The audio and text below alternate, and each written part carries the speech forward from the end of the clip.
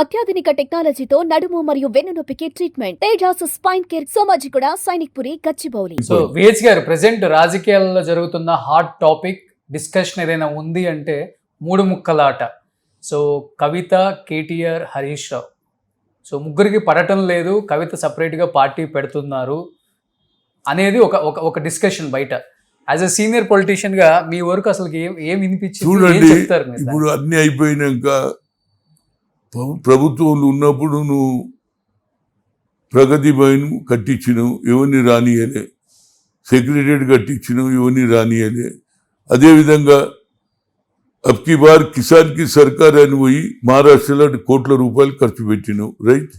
ఇవన్నీ నువ్వు ఇచ్చిన బిల్డింగ్లు నేను బట్టి ఇద్దరం తిరిగినాం. ఏది శ్రీనివాస్ యాదవ్ వెంబడి పెట్టుకొని ఎన్ని ఇండ్లు కట్టించిండ్రు? తిరిగిన 1 year 2 years అయినా మీరు ఎందుకు ఇవ్వలే ఇండ్లు?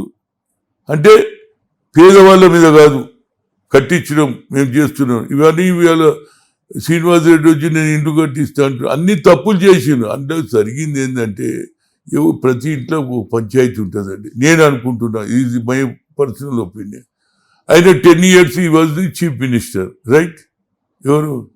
కేసీఆర్.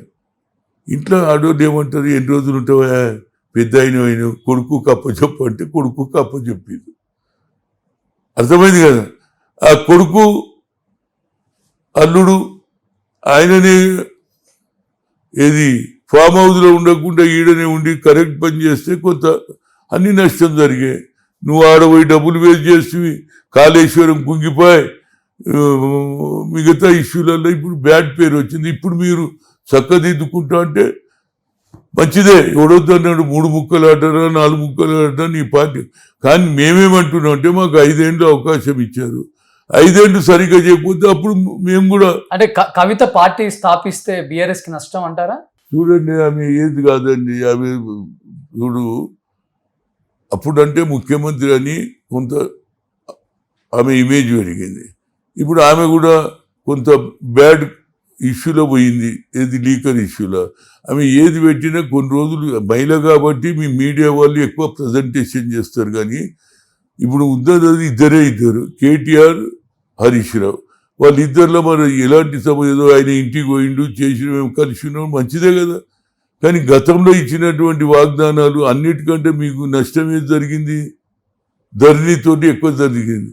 ధరణిలో ఉన్న భూములని పేర్లు మార్చేసి చేసేసి అది ఇప్పుడు దాన్ని మేము క్లియర్ చేస్తున్నాం. కనుక ఏ పార్టీ అయినా జనరల్గా ఏమంటారు, మనం చేసిన తప్పుల వల్లనే నష్టపోతాం అనేది ఉన్నది. కనుక తప్పులు ఏం చేసినావో దానికి మేధోమతనం పెట్టుకొని సరిదిద్దుకోవాలి తప్పితే ఎంతసేపటికి కాంగ్రెస్ మీద అది మాట్లాడి నిన్న ఏమవుతుందంటే రోజు దీన్ని కూడా వీళ్ళు చెప్తూనే ఉంటారు. అదేదన్నా 4 రోజులు బాగా పనిచేసి ఎలక్షన్ ముందు మేము ఏమన్నా తప్పులు చేసినవి ఉంటే అప్పుడు ఆలోచన చేస్తారు. కానీ ఇప్పుడు ఎవరేమి, ఇప్పుడు కాంగ్రెస్ హవా నడుస్తుంది, రాహుల్ గాంధీ హవా నడుస్తుంది. రాహుల్ గాంధీ హవా ఏంటంటే ఆయన ఏది రిజర్వేషను కులగల జరిగినప్పటి నుంచి ఆయన ఇమేజ్ పెరిగింది. కనుక వాళ్ళ ఫ్యామిలీ అఫేర్స్లో నేను మాట్లాడా, కానీ వాళ్ళు తప్పులు చేసిరు సరిదిద్దుకొని మళ్ళీ తప్పులు జరగకుండా చూస్తే ప్రజలు అప్పుడు ఆలోచన చేస్తారు తప్పితే దాని గురించి ఏమవుతుందని మనం చెప్పలేము. ఎందుకంటే కాలమే నిర్వహిస్తుందని అంటారు కదా పెద్దలు. అప్పుడు ఏమవుతుంది?